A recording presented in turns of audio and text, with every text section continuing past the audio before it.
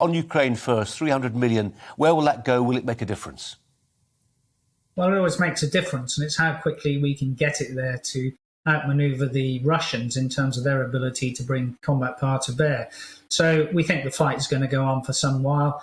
We can get it there, keep Ukraine in the fight, then it will make a difference. Remember that this is big money, but it's small compared to the 30 billion that the Americans are sending and the equipment that they give, but you're always going to have that with the primacy of the US defense budget, which is really a addendum to what we're really talking about, because NATO actually outspent Russia by 14 times the last time we all looked, and European NATO also outspent Russia by 4 times. So money is not necessarily a problem until you get to the second order questions.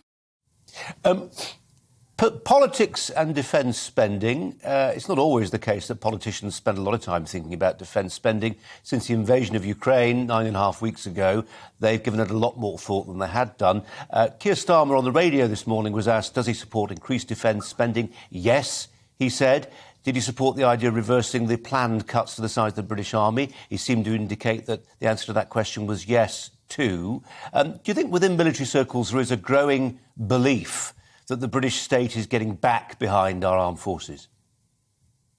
Well, it gets behind the state if it becomes an election issue. It's the opportunity costs against the NHS, education, all those sorts of things.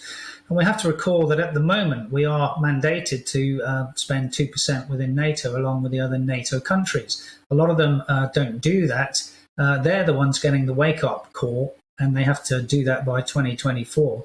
If the rest of the alliance stood up and did their part, then you could say that the British defence budget is not really the issue. We do have the fifth largest defence budget in the world. So the question might be, what roles and capabilities do you need, and what do you need to fund that? Now, for example, the top one, you would say in the last 2 weeks, is the maintenance of the nuclear deterrent. Now, the nuclear deterrent is due to have a run-on from 2024 to 2028 before the Trident submarines have to be replaced. They're going to cost 31 billion, and the whole life costs of the Trident program are over 200 billion. So if that's your number one, you then cascade down from there through the other capabilities, of which the Navy and the Air Force are the ones below that in terms of the maintenance of the North Atlantic patrols, because we are a maritime nation, making sure the sea lanes are maintained, and the air defence of the UK and Europe. And only below that becomes the army.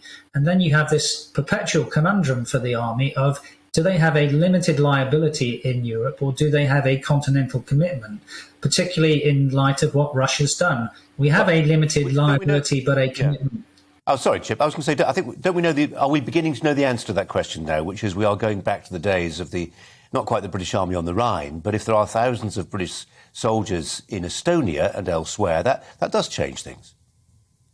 We have one limited liability there with one battle group, which came out of the enhanced forward presence from 2016. We would definitely need a larger army if you were to have a commitment across either Estonia or some of the other countries which bordered Ukraine, because you would have to rule those through. That is, change them every 6 months or a year. We couldn't do that with a tour interval with the armoured forces, for example, that we have at the moment. We only have 3 armoured battle groups left in the British Army.